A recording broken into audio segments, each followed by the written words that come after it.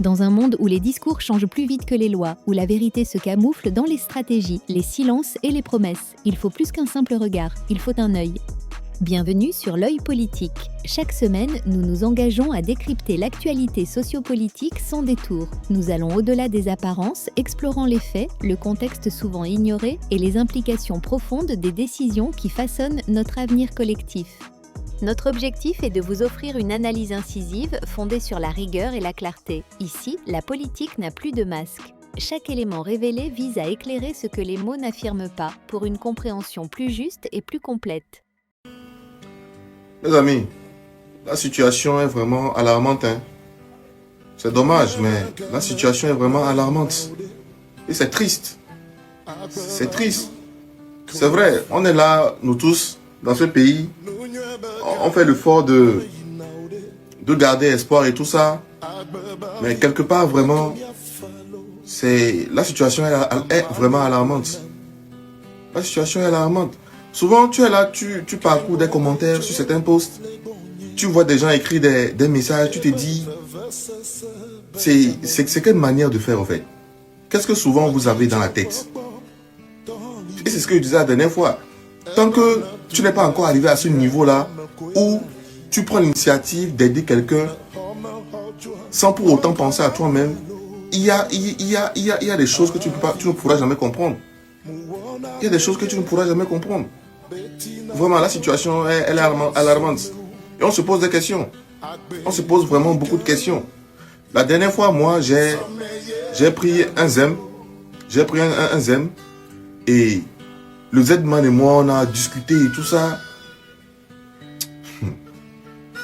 C'est vraiment triste. À la fin, il me parlait des diplômes, tout ça qu'il a eu. Il était dans la quarantaine, je crois, dans la quarantaine. Et moi, ça m'a intrigué, ça m'a remis en question. Si lui, à son âge, 40 ans, avec tous les diplômes qu'il a eu, toutes les compétences qu'il a, il n'arrive pas à décrocher un emploi. C'est que nous qui sommes dans la vingtaine, c'est que nous on est morts en fait. On est morts. Et nous savons tous ce que ça implique de dépasser un certain âge. Vous le savez. Aujourd'hui, lorsque tu postules, la majeure partie des offres d'emploi où tu postules, l'âge est limité. Souvent, c'est entre 20 et 30. Quand tu dépasses, même 20, souvent même 30, même c'est trop parti. Et quand tu dépasses un certain âge donné, tu ne peux plus postuler à quelque chose. Tu es bloqué. Tu es bloqué au fait. Et au même moment, on a dans ce pays des gens qui accumulent à eux seuls 5 postes. Eux seuls ils sont directeurs de ça. Eux seuls ils sont ci. Eux seuls ils sont ça. Eux seuls ils sont ça. Cumulent eux seuls 5 postes. À la fin du mois, ils ramassent des millions. Et au même moment, il y a des gens quelque part qui ont les compétences nécessaires pour faire la même chose que ce qu'ils font. Mais ils n'arrivent pas à décrocher. Ou bien, on va dire qu'il n'y a pas de compétences. On va dire que les gens ne suivent pas de bonne formation et tout ça. Et ce qui fait mal, c'est surtout dans le secteur public. Oui, dans le secteur public. On forme des gens dans le secteur public. À l'université, on les forme. Mais on n'embauche pas ces personnes-là pour travailler dans les institutions publiques. Et souvent, les personnes qui viennent travailler là-bas sont des personnes externes. Ce sont des personnes externes. On ne prend pas les produits qu'on forme pour leur donner une chance de démontrer ce qu'ils savent faire. C'est comme si... c'est comme dans une famille où des parents ont une entreprise familiale. Ils mettent leur enfant au monde, ils forment leur enfant, ils leur donnent toute l'éducation possible. Mais lorsque l'enfant finit, ou l'enfant grandit, ils n'embauchent pas leur propre enfant dans leur entreprise. Ils vont prendre l'enfant de d'autres personnes pour venir les embaucher dans l'entreprise. C'est ce qui se passe. C'est ce qui se passe. Et c'est vraiment alarmant. C'est triste. C'est triste. C'est triste. Tu dois finir l'université. Après, tu dois chercher d'abord l'expérience professionnelle. Après l'expérience professionnelle, tu dois chercher d'autres certifications. Après ça, tu dois faire ci, tu dois faire ça. Jusqu'à ce que tu ne te rendes compte, tu es frappé par l'âge. Tu n'as plus l'âge. Tu n'as plus l'âge. Fini, tu sors, tout frais, tout ambitieux. Mais à peine un an, tu es cassé. Tu es cassé, tu abandonnes tous ces rêves. Tu finis par aller faire autre chose. Tu finis par te lancer dans autre chose. Tu oublies même le pourquoi tu t'es lancé dans cette vision-là et tout. Et c'est ça aussi la chose. Il n'y a pas quelque chose qui occupe la jeunesse. Il n'y a rien. C'est normal que quand quelqu'un sort, il va travailler. La seule chose pour lui de faire à la fin, c'est d'aller se noyer dans l'alcool. c'est de se noyer dans l'alcool, c'est de boire, de boire, de boire et de boire. Les vacances arrivent, on n'a pas des choses qui peuvent intéresser la jeunesse. Les vacances où on pourrait faire des formations, par exemple dans les premiers secours. Premiers secours, montrer aux gens comment faire les premiers secours. Par exemple, il y a un accident, voilà, comment faire les premiers secours en attendant que l'ambulance arrive. Des petites formations où comment éteindre l'incendie. Ce ne sont pas des trucs où on doit montrer aux gens, forcément aux gens qui sont dans le domaine.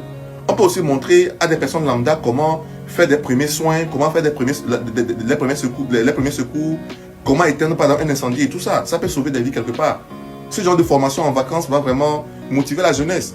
Des choses organisées par le gouvernement où des gens viennent sur la formation et en journée on leur remet 2000, 3000. Des trucs comme ça pour vraiment encourager ces jeunes-là qui essaient quand même de faire quelque chose. Franchement, c'est ça. Ça ne va pas. Ça ne va pas. Et ça intrigue. C'est que, les gars, ça fait peur. Souvent, tu dors, tu te réveilles dans la nuit tardive, ton cœur bat. Ton cœur bat. Si quelqu'un a 40 ans, il a toutes les compétences nécessaires pour exercer une fonction. Et lui, il n'arrive pas à trouver d'emploi. Maintenant, nous, on va faire comment? Nous, là, nous allons faire comment? Nous qui sommes toujours dans la fleur de la jeunesse, nous qui sommes toujours dans les... On va faire comment? Ça intrigue. Souvent, tu te lèves le matin à une heure tardive, tu t'assieds sur ton lit et puis tu réfléchis. Tu réfléchis. Tu ne sais pas... Au fait, tu ne sais pas à quel niveau tu as faussé. Tu ne sais pas à quel niveau tu as fait du tort à quelqu'un. Tu ne sais pas à quel niveau tu as eu à échouer. Non. La situation n'est pas bonne. Elle n'est pas bonne. Et nous aimons tous notre pays. Hein. On aime notre pays. Nous tous nous aimons. Je ne pense pas qu'il y ait quelqu'un dans ce pays qui n'aime pas son pays. Nous aimons tous notre pays. Mais pour certaines personnes, arrêtez de faire souvent certaines sorties. C'est pas bon. Ça frustre plus. Arrêtez. Si toi tu trouves à manger, si toi tu manges chaque fois, mais c'est pas parce que tu manges matin, midi, soir que tu vas conseiller à ton voisin à côté de jeûner.